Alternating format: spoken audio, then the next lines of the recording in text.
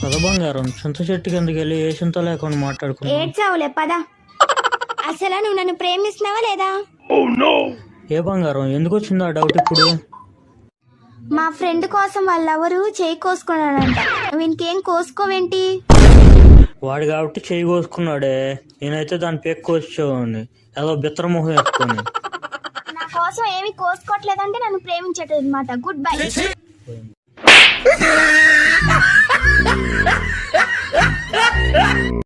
పద భవాని అలా పార్కులోకి వెళ్ళి విచ్చలవిడిగా ప్రేమించుకుందాం.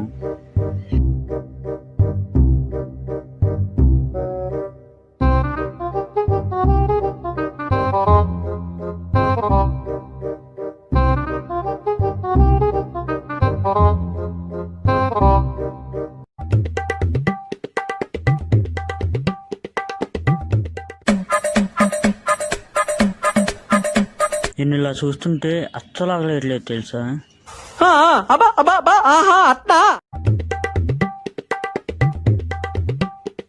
అవునా, నువ్వు అలా అంటావని తెలుసు, అందుకే నీ లంచ్ బాక్స్ అడుక్కుండే వాడికి ఇచ్చేసా.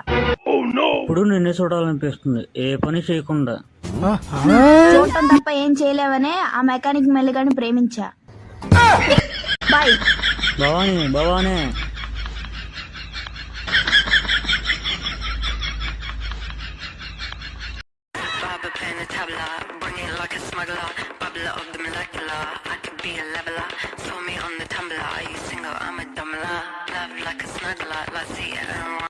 అన్న బాగున్నావా?